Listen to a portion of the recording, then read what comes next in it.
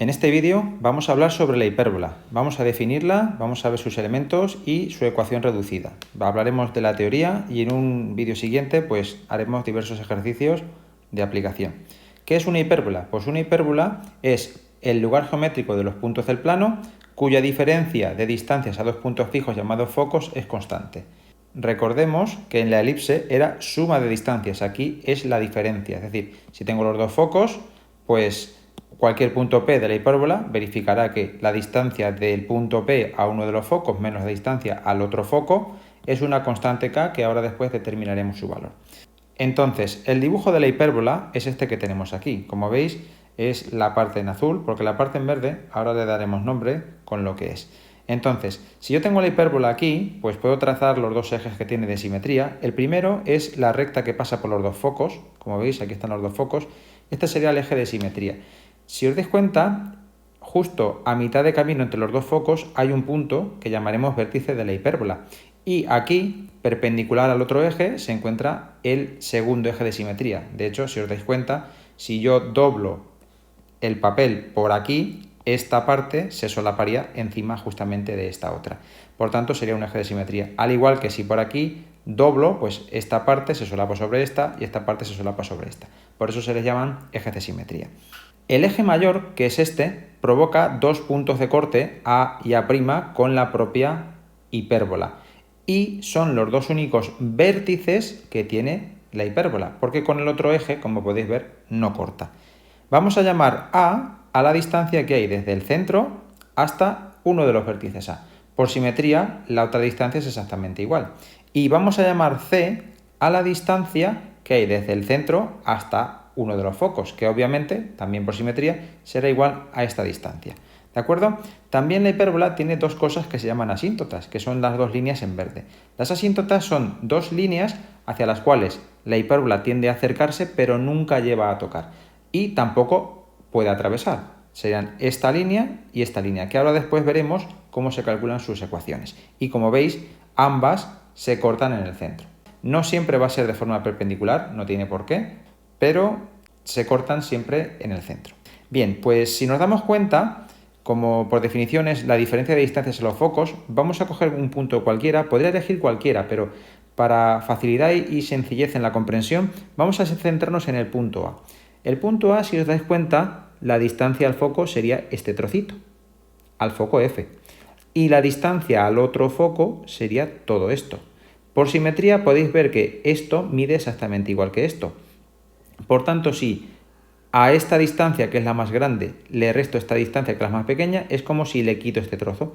Por tanto, lo que me queda es justamente solo esto, que es el doble de A. Es decir, que esta K realmente es 2A. En esta ocasión se puede ver que C es mayor que A, que es lo que no ocurría en la elipse. Entonces, como C es mayor que A, pues yo puedo montarme este triángulo rectángulo en el cual la hipotenusa es C y puedo calcular el valor de B mediante el teorema de Pitágoras, ¿de acuerdo? Que es lo que aparece aquí. Entonces ya tengo tres valores, el valor de A, el valor de B y el valor de C. El valor de B no me va a proporcionar información para calcular ningún vértice, pero nos va a servir para lo que vamos a calcular a continuación. Entonces, conocidos ya A, B y C de dónde salen, pues lo primero es definir la excentricidad. Se llama excentricidad de la hipérbola al cociente entre la distancia del centro a un foco y del centro a un punto de corte del eje focal.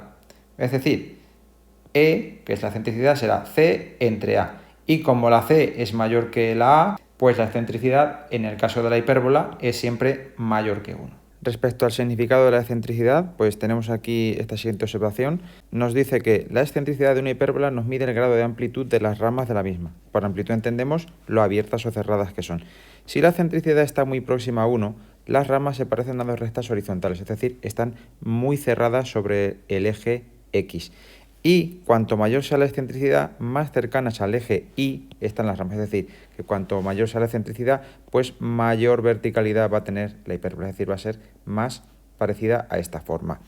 Finalmente, las asíntotas, las tenemos aquí. Tenemos dos asíntotas. Una dependiente positiva. Aquí, como veis, entra en funcionamiento la B que calculábamos anteriormente. Pues la dependiente positiva es b partido por a y por x, que sería esta recta que vemos aquí, que tendría esta forma, es decir, esta es una recta dependiente positiva, pues esta sería la asíntota dependiente positiva.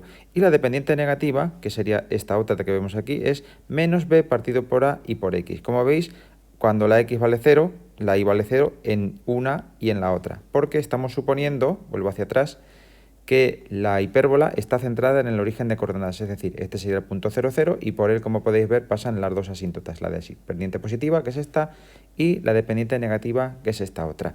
Vamos a ver ahora también, para terminar el vídeo, la ecuación reducida de la hipérbola, que subo hasta aquí arriba para que se vea bien, aquí la tenemos. La hipérbola centrada en el origen de coordenadas tiene por vértices A0 y A' menos A0 y focos C0 y menos C0. Su ecuación es x cuadrado partido a cuadrado menos y cuadrado partido por b cuadrado igual a 1, ¿de acuerdo? Donde b es mayor que 0 y es tal que c cuadrado es a cuadrado más b cuadrado. Pues hasta aquí la ecuación de la hipérbola, hasta aquí la teoría de qué es la hipérbola, qué elementos tiene y cómo están relacionados con los coeficientes a, b y c, que será lo primero que tengamos que calcular siempre. Nos vemos en el siguiente vídeo, en el cual pues realizaremos varios ejemplos. Haremos uno en el que calcularemos la ecuación, deduciremos la ecuación a través de la propia definición, y luego haremos otro en el que a partir de la ecuación pues sacaremos todos los elementos. Os espero en ese vídeo. Hasta luego.